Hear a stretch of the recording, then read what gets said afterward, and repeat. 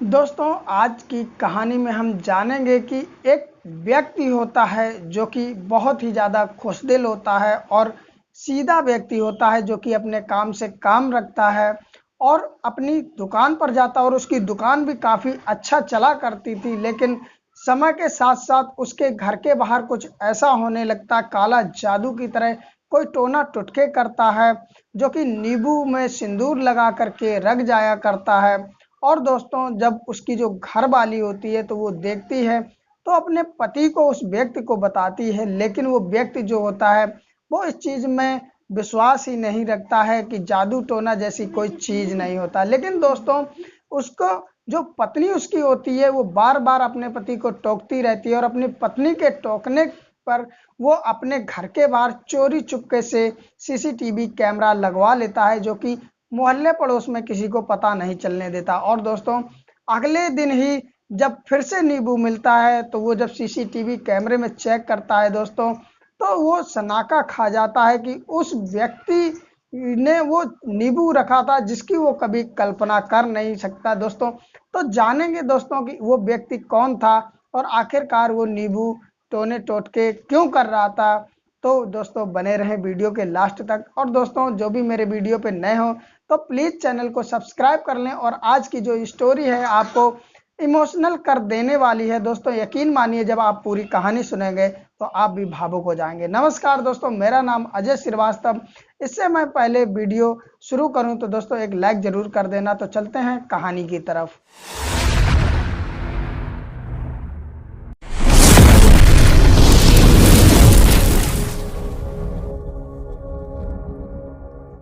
दोस्तों, आज की कहानी है, एक व्यक्ति होता है जिसका नाम सोनू होता है और उसकी शादी हो जाती है। उसकी जो बीवी होती है वो भी काफ़ी सुंदर होती है, दिखने में अच्छी होती है।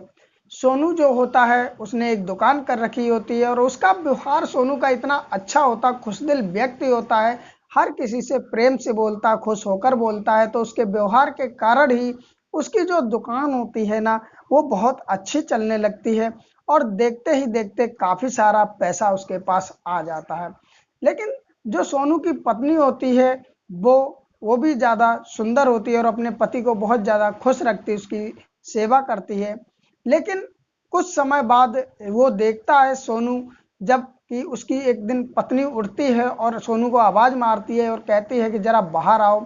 सोनू बाहर जाता है तो उसकी पत्नी जो होती है वो दिखाती है कि देखो, घर के गेट जो है घर का, उसके जस्ट सामने ही किसी ने सिंदूर लगा हुआ नींबू रख रखा, यानी कि जो काला जादू या टोटका बोलते हैं उस तरह के हरकत किसी ने कर रखी है। जैसे ही सोनू की जो बीवी होती है वो नींबू जब दिखाती है तो सोनू कहता है कि मैं इन चीज़ों में विश्वास नहीं रखता हूँ, एक काम करो, झाड़ू मार दो और झाड़ू से इसको नींबू को फेंक दो।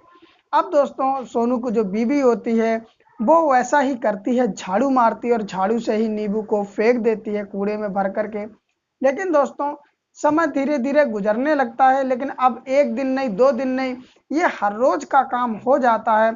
सोनू तो इस चीज पर विश्वास ही नहीं मानता था कि आखिर कोई टोटका जैसी कोई बातें भी हुआ करती हैं जो कि जादू जैसी, हमें इस पर विश्वास नहीं, इस तरह सोनू कह दिया करता था।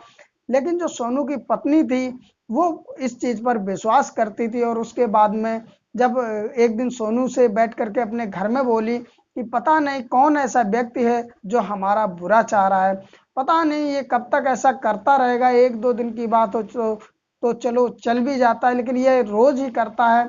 पता नहीं घर में कौन सी मुसीबत आने वाली है और क्या होने वाला है। इस तरह की जो सोनू की बीवी होती है वो कहती रहती है और फिर एक दिन सोनू से कहती है कि कुछ ऐसा दिमाग लगाओ जिससे जो भी ये करता है उसका पता चल जाए।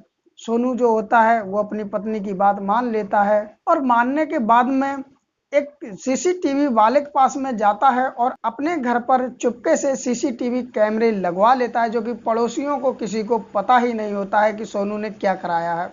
अब सोनू जो होता है वो अपनी पत्नी से कहता है कि कल सुबह ही इसका पता चल जाएगा कि आखिरकार हमारा दुश्मन है कौन जो इस तरह के ये जादू टोने कर रहा है, जो ये नींबू रख रहा है।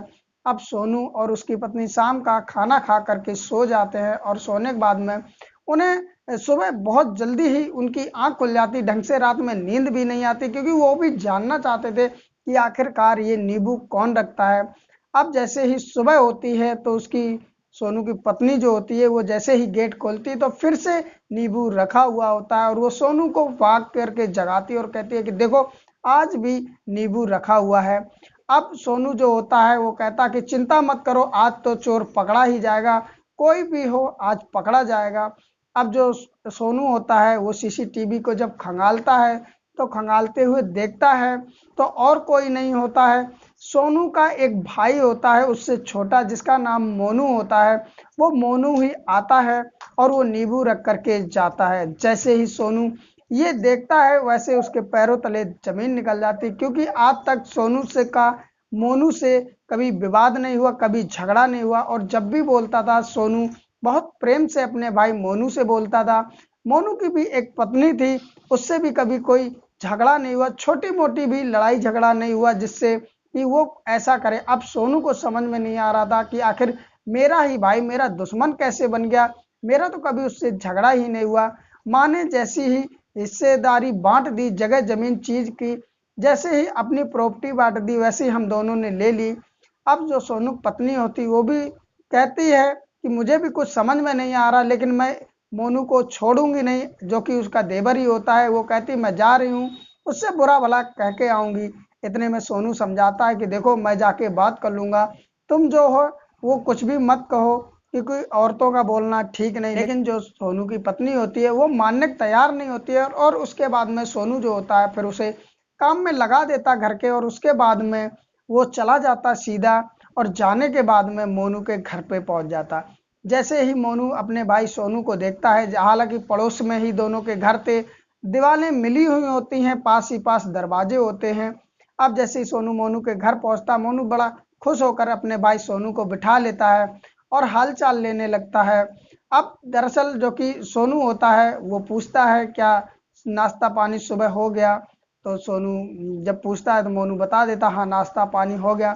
थोड़ी देर सोनू इधर उधर की बात करता है और उसके बाद मैन मुद्दे पे आ जाता। सोनू कहता है कि मेरे घर के सामने पता नहीं कौन रोज नींबू जो कि उसमें सिंदूर लगा करके रख आता है। माफ कीजिए आज मच्छर बहुत ज्यादा उड़ रहे हैं लाइट के कारण, तो इसलिए बैठ रहे हैं, इसलिए हटाने पड़ रहे। जो कि सोनू होता है जब मोनूस कहता है कि मेरे घर के गेट के सामने पता नहीं कौन सिंदूर लगाकर रोज नींबू रख आता है और रोज जादू टोना करता है, पता नहीं मुझे कौन अपना दुश्मन समझता है जो ऐसा कर रहा होता है। अब हालांकि सोनू तो सब जानता है कि ये मोनू ही कर रहा है, लेकिन मोनू जो होता है वो बिल्कुल अनजान बनकर कहता है कि हाँ जो भी कर रहा है ये गलत ही कर रहा है, ऐसा उसको नहीं करना चाहिए।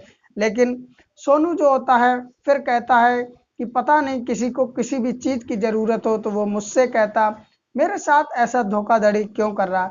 लेकिन जो मोनू होता है उसकी पत्नी होती है कुछ भी बताते नहीं, क्योंकि उन्हें तो ये लगता है कि सोनू को पता नहीं है, बस उसके गेट के सामने नींबू रखा होता इसलिए वो मुझे बता रहा।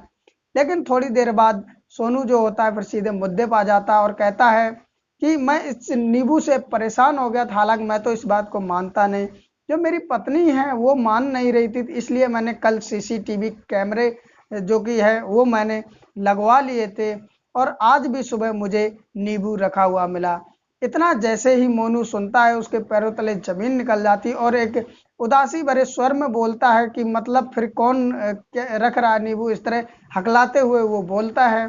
तो सोनू जो होता है वो कहता है कि मैंने जब चेक किया तो मैंने देखा कि नींबू जो है वो तुम ही रख के आए, लेकिन मैं बहुत ज़्यादा तब से चिंता हूँ, परेशान हूँ कि आखिरकार हमारे तुम्हारे बीच में कभी कुछ छोटी मोटी बात भी नहीं हुई, लेकिन तुम मेरे साथ ऐसा क्यों कर रहे ये मुझे अभी तक समझ में नहीं आया, इसीलिए मैं ये पूछने आया हूँ। जो कि मोनू होता वो चुपचाप बैठा होता, उसकी पत्नी जो होती है उसकी भी नज़रें नीचे ही होती, क्योंकि आखिरकार सोनू बड़ा भाई था और कभी भी उनसे खफा हुआ नहीं था, कभी लड़ाई झगड़े हुए नहीं थे। अब मोनू से फिर से सोनू पूछता है कि आखिरकार भाई बता तो सही, ऐसी तुझे क्या जरूरत पड़ गई थी जो मेरे घर में जादू टोने करने पड़े तुझे।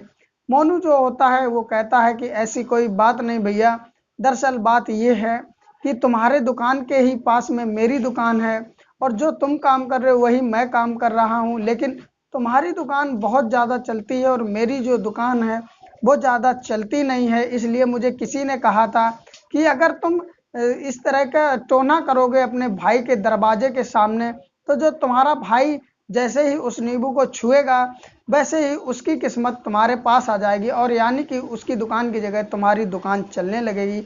इसीलिए ये सब मैंने किया।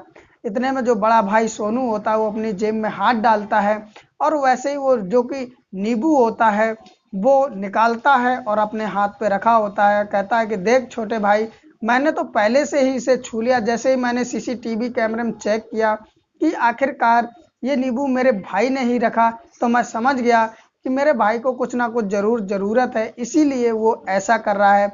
मैंने जाके तेरी भाभी से चुपचाप मैंने अपने हाथ में नींबू रख लिया और उठा के आ गया।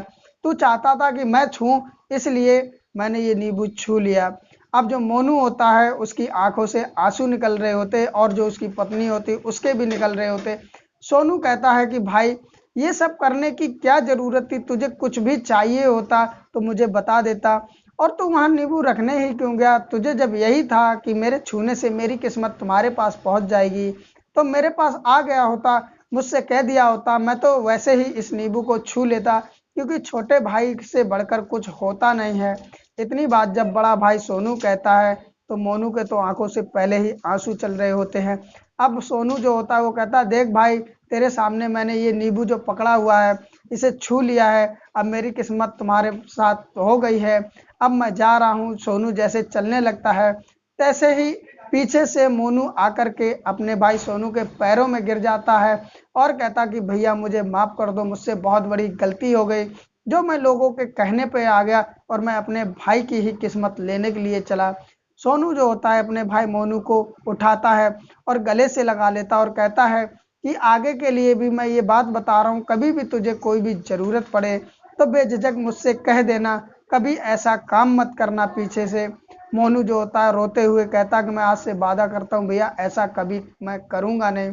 अब जो सोनू होता है वो अपने भाई को गले से लगाता है और उसके बाद में चुप कराता और तसल्ली दिलाता है और कहता है कि दुकान चलने का जो मेन रीजन है वो ना कि जादू टोना करने से चलती, ना कुछ सिर्फ अपना व्यवहार बनाने से होते। तुम्हारी दुकान पे जो भी ग्राहक जाते हैं मैंने कई बार देखा है, तुम उनसे घमंड में और अकड़ कर बात करते हो, इसलिए ग्राहक दोबारा तुम्हारे पास जाता नहीं। और मैं जो हूँ ग्राहक से बहुत प्यार से अपनापन की तरह उससे बात करता हूँ, इसलिए ग्राहक बार बार मेरी दुकान पे आता है। इसलिए मेरी राय यही है, जो भी ग्राहक आए तुम उससे हंसकर बात करो, प्यार से बात करो। वो किसी तरह की भी बात करे लेकिन तुम्हें उसका जवाब प्यार से ही देना, ना कि अकड़ से। उसके बाद अगर दुकान ना चले तो फिर मुझे बताना।